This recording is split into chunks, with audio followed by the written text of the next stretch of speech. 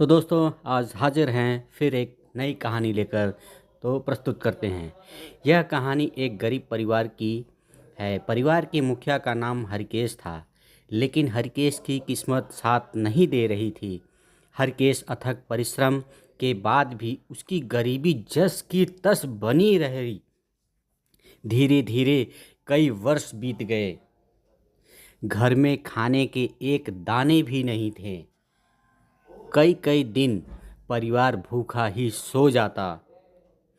हमेशा की तरह एक दिन शहर से घर की तरफ आते हुए उसके मन में एक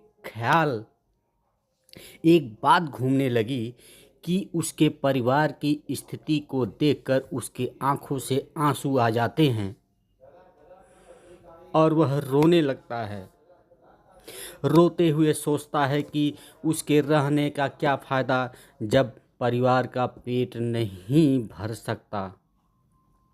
तो उससे अच्छा है आत्महत्या कर लूं।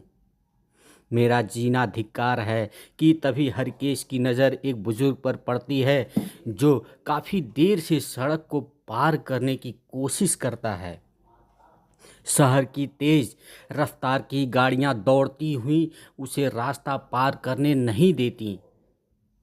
अब हरकेश नरम दिल इंसान उस बुजुर्ग आदमी को सड़क पार करने के लिए चल देता है और उस वृद्ध आदमी का हाथ पकड़ता है और सड़क को पार करने लगता है।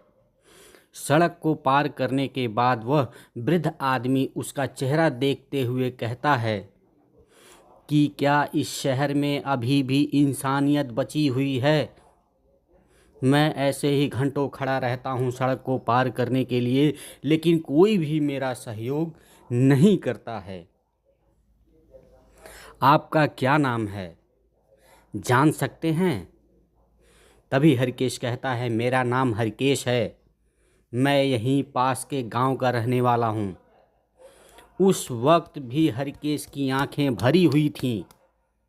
तभी बुजुर्ग आदमी कहता है कि बेटा, आपकी आंखें क्यों नम हैं?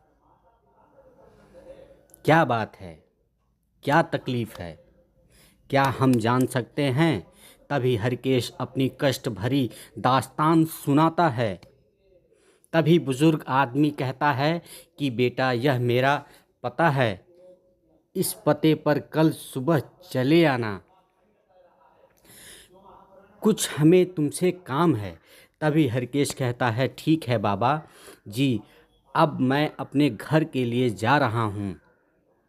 अगले दिन सुबह हरकेश उस वृद्ध आदमी के घर जाता है और देखता है कि इस वृद्ध आदमी का कितना बड़ा मकान है। हरकेश घर के दरवाजे पर जाता है और वृद्ध आदमी से मुलाकात होती है। अंदर से दोनों बैठकर चाय पीते हैं और वृद्ध आदमी कहता है कि बेटा, तुम्हारी तकलीफ़ को देखते हुए तुम्हारे अंदर जो इंसानियत बची हुई है उसे देखकर मेरा हृदय बहुत प्रसन्न हुआ। इस भीड़ भरे शहर में किसी के पास कोई समय नहीं है और आपने मेरा सहयोग किया। बेटा, मैं आपके लिए एक काम कर सकता हूँ। मेरी कंपनी में एक छोटा सा जॉब है। यह ज्वाइनिंग लेटर है। कंपनी में लेकर चले जाना। हरकेश को क्या पता था कि उसे यह अच्छी पोस्ट मिली थी। अगले दिन कंपनी जाता है और वहाँ अपना काम शुरू कर देता है। उसने जो मन लगाकर काम किया कि कंपनी का प्रॉफिट 2 गुना हो गया। इस वृद्ध आदमी खुश होकर उसे कंपनी का हेड बना देता है और कहता है, बेटा, मेरा इस दुनिया में कोई नहीं है, मैं अकेला हूँ। उस वृद्ध आदमी ने हरकेश से कहता है कि बेटा, मैं आपको अपना बेटा मानता हूँ। जाओ, मन लगा के काम करना। यह कंपनी, यह घर, यह फैक्ट्री, यह सब मेरा है। और कुछ ही दिनों के बाद